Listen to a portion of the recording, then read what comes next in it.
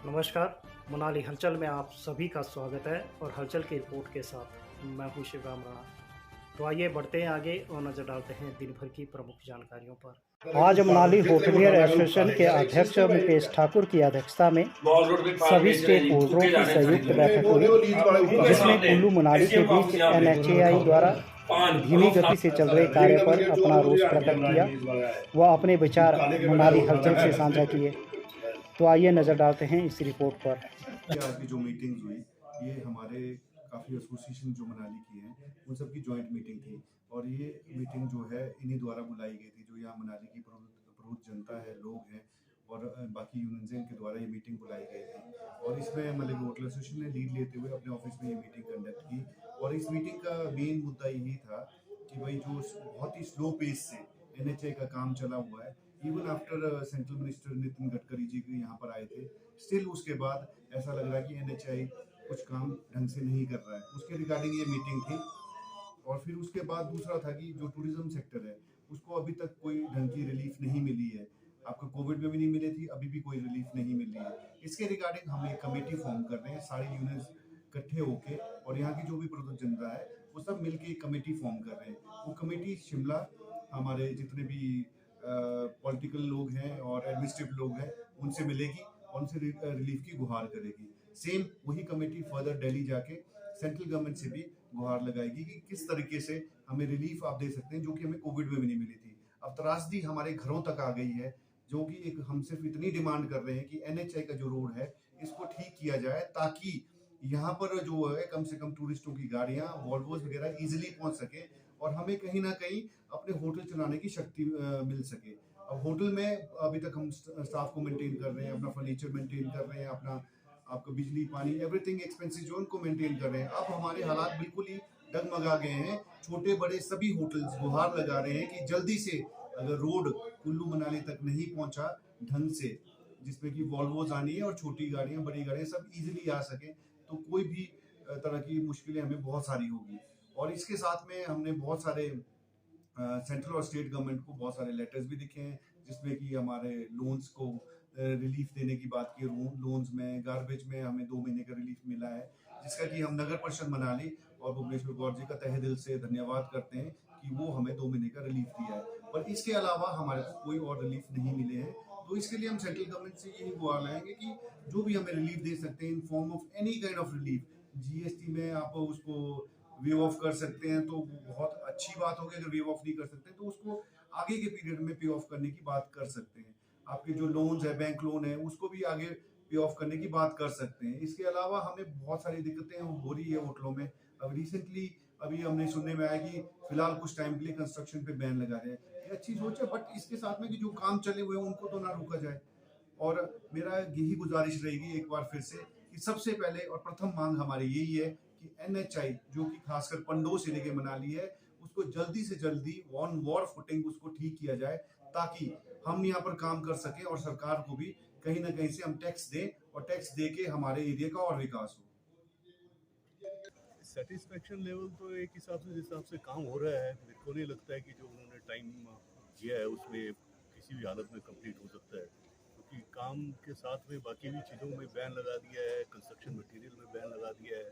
तो वो pick and choose तो हो नहीं सकता है कि भाई अगर आपको मटेरियल नहीं मिलेगा तो मटेरियल के बिना कंस्ट्रक्शन कैसी होगी। और साथ में इनका जो NHAI के जितने जिस हिसाब से ये काम कर रहे हैं उतना ज़्यादा मेरे को नहीं लगता है कि एंड ऑफ दिस ईयर तक भी ये कंपटीशन वोल्वो के लिए या दूसरे प्रॉपर टूरिस्ट व्हीकल्स वगैरह के लिए इतना ज़्यादा टाइम से हो पाएगा। मेरे को नहीं लगता ऐसा होगा। आप टूरिज्म इंडस्ट्री से जुड़े हुए हैं, कितना इफेक्ट मनाली को इस आपदा से हुआ है? हमारा टूरिज्म इंडस्ट्री में हम 31 ईयर से होटलियर हैं। एप्पल वैली कुल्लू के अंदर है, अभी पलचान रेडिसन का अभी पलचान में बनाया है। तो उसके अंदर जो इम्पैक्ट है वो इतना ज़्यादा है कि वो वर्ड्स के अंदर एक्सप्लेन नहीं किया जा सकता है। जो 9th जब भी जिस दिन फ्लड्स आए थे उसके बाद में जीरो ऑक्यूपेंसी है। कोई भी चीज़ का कुछ भी एक भी ऐसा रूम नहीं है या एक भी ऐसा टूरिस्ट नहीं है जो कहीं से भी कोई बुकिंग आ रही है। और गवर्नमेंट की तरफ से कोई भी सपोर्ट इतना ज़्यादा हो नहीं रहा है, इतनी नेगेटिव पब्लिसिटी की गई। ये इनफैक्ट हिमाचल के काफ़ी वीडियोस वगैरह थे भी नहीं वो कहीं कहीं के उत्तराखंड हो गया, कहीं एक तो पाकिस्तान का वीडियो था वो भी बीच में दिखा रहे हैं, कोई फॉरेन का वीडियोज़ है उसके अंदर दिखा के इतनी ज़्यादा नेगेटिव पब्लिसिटी हुई है कि आदमी इधर आने के लिए एक टाइम कोई भी फैमिली वाला होएगा कुछ होएगा तो बाय रोड तो आने के लिए 10 टाइम सोचेगा। और इनफैक्ट जो एयरफेयर्स वगैरह हैं वो इतना ज़्यादा हाई है, उसके लिए गवर्नमेंट को ज़रूर कुछ करना चाहिए, क्योंकि एयरफेयर्स वगैरह के अंदर जैसे आप साउथ ईस्ट एशिया में कहीं पे भी चले जाओ या आप यूरोप भी चले जाओ, वो कुल्लू दिल्ली फेयर जितना है उसमें आप कहीं पे बाहर जाके होटल में 5 स्टार में रह के भी आ जाओगे तब भी आपको सस्ता पड़ेगा। तो इनफैक्ट दूसरी जगह पे ये धर्मशाला में 5-6 फ्लाइट्स आती हैं, कुल्लू के लिए भी गवर्नमेंट को सोचना चाहिए कि यहाँ पे इंडिगो हो गया या स्पाइस जेट हो गया, इनकी फ्लाइट्स वगैरह आएँ और ऑपरेशंस वगैरह बढ़ाएं, एटलीस्ट कुछ तो रहे। यानी कि अगर रोड नहीं है तो अगर कोई आप तक उसके अंदर कोई इमरजेंसी आ जाए या कुछ आए तो it should be well connected. As a tourist destination Manali I think northern India का सबसे नंबर 1 का वो है। जितना टूरिज़्म के लिए हमको सपोर्ट मिलना चाहिए वो ना तो स्टेट गवर्नमेंट से और ना सेंट्रल गवर्नमेंट से कभी भी उस हिसाब से इतना ज़्यादा हुआ नहीं है जो डिज़र्व करता है मनाली। मनाली को जी सिर्फ टूरिज़्म को ही नहीं इफ़ेक्ट हुआ है, पूरे मनाली में बेशक आपके ये एडवेंचर स्पोर्ट्स हैं, टैक्सी यूनियन है, व्यापार मंडल हैं, शॉप्स, हर चीज़ को इफ़ेक्ट हुआ है इसका और बहुत नेगेटिव इफ़ेक्ट किया है।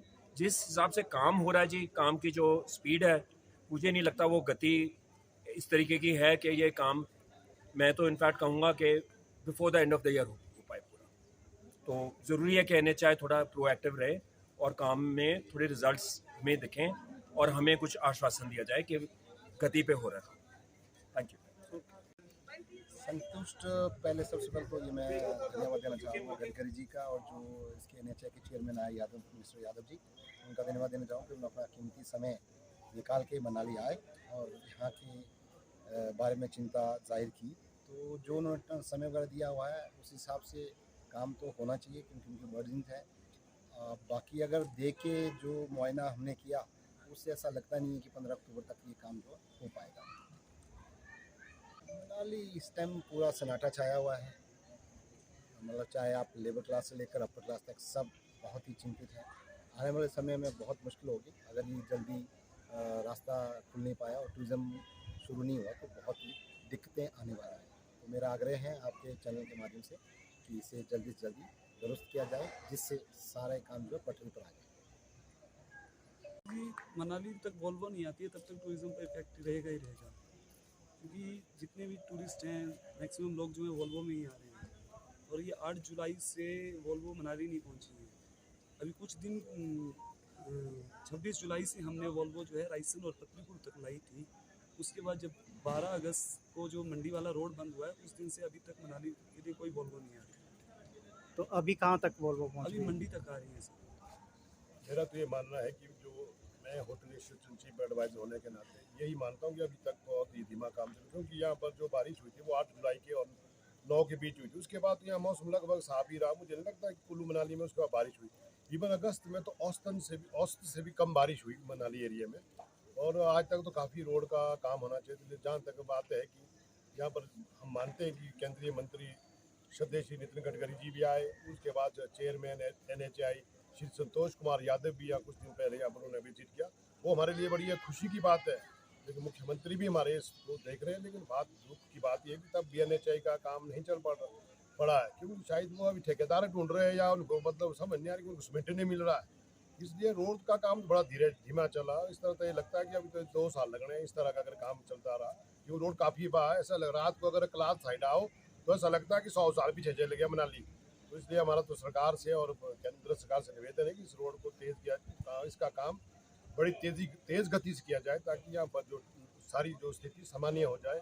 यहाँ केवल मात्र टूरिज़्म नहीं है, यहाँ सेब के बड़े बड़े जो बागवान हैं वो भी बड़े प्रभावित हो रहे हैं। सेब अभी बगीचों में है, पेड़ों में है, पेड़ भी सोच रहे कब हमारे को खाली करें, लेकिन अभी तक ये रोड का काम जो बहुत ढीला है। ट्रैफिक भी बहुत है। अगर लेफ्ट बैंक का रोड भी थोड़ा प्रदेश सरकार से निवेदन है कि उसको भी अच्छा किया जाए और इसमें जहाँ गड्ढे है या मतलब आपका छाकी पुल है उसको भी बढ़िया किया जाए। और मेरा तो यही निवेदन है। धन्यवाद।